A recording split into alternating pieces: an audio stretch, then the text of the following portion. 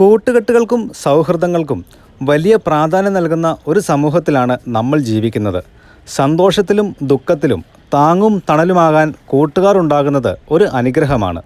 എന്നാൽ ചില വ്യക്തികൾക്ക് സ്വന്തമായി സൗഹൃദ വലയം സ്ഥാപിക്കാൻ കഴിഞ്ഞെന്ന് വരില്ല.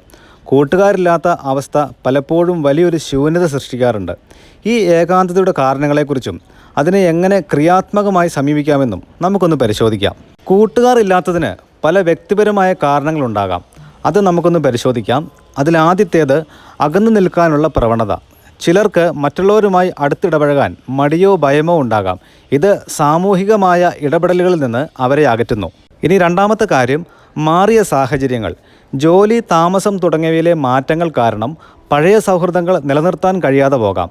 പുതിയ സാഹചര്യങ്ങളിൽ പുതിയ സൗഹൃദങ്ങൾ സ്ഥാപിക്കാൻ കഴിയാതെ വരുമ്പോഴും ഏകാന്തത അനുഭവപ്പെടാം. ഇനി അടുത്തത് ആത്മവിശ്വാസക്കുറവ്.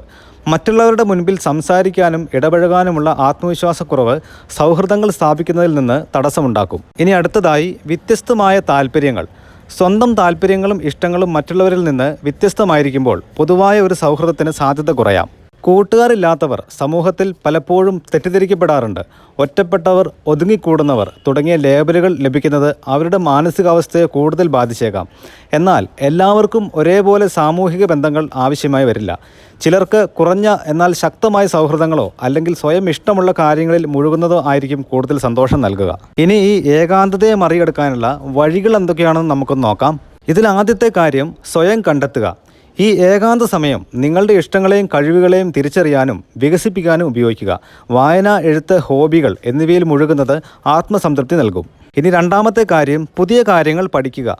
പുതിയ കഴിവുകൾ നേടാൻ ശ്രമിക്കുക. ഏതെങ്കിലും ക്ലാസ്സുകളിലോ കോഴ്സുകളിലോ ചേരുന്നത് പുതിയ ആളുകളുമായി ബന്ധപ്പെടാൻ അവസരം നൽകും.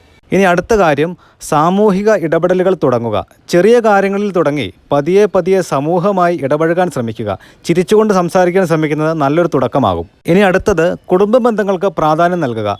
സുഹൃത്തുക്കളില്ലാത്തപ്പോൾ കുടുംബാംഗങ്ങളുമായി കൂടുതൽ സമയം ചെലവഴിക്കുക. അവരുടെ പിന്തുണ മാനസികമായി വലിയ ആശ്വാസം നൽകും. അടുത്ത കാര്യം, സഹായം തേടുക. ഏകാന്തത അതിതീവ്രമായി തോന്നുന്നുണ്ടെങ്കിൽ ഒരു കൗൺസിലറുടെയോ മാനസികാരോഗ്യ വിദഗ്ധൻ്റെയോ സഹായം തേടുന്നത് നല്ലതാണ്. കൂട്ടുകാരില്ലാത്ത ജീവിതം ദുരിതപൂർണമാകണം എന്നില്ല. ഓരോ വ്യക്തിയും അവരവരുടെ ജീവിതത്തിൽ സന്തോഷം കണ്ടെത്താനുള്ള വഴി തിരഞ്ഞെടുക്കുന്നു. ഒറ്റപ്പെട്ടല്ല, മറിച്ച് സ്വയം പര്യാപ്തമായി ജീവിക്കാൻ സാധിക്കുന്നു എന്നൊരു കാഴ്ചപ്പാടുണ്ടാക്കിയെടുക്കുക. യഥാർത്ഥ സൗഹൃദങ്ങൾ എണ്ണത്തിൽ കുറവാണെങ്കിലും മൂല്യത്തിൽ വലുതായിരിക്കും. ക്ഷമയോടെ കാത്തിരിക്കുക. ഈ വീഡിയോ നിങ്ങൾക്ക് ഇഷ്ടപ്പെട്ടാൽ തീർച്ചയായിട്ടും ഈ ചാനൽ സബ്സ്ക്രൈബ് ചെയ്യുക, ലൈക്ക് ചെയ്യുക, കമൻറ്റ് ചെയ്യുക, സപ്പോർട്ട് ചെയ്യുക.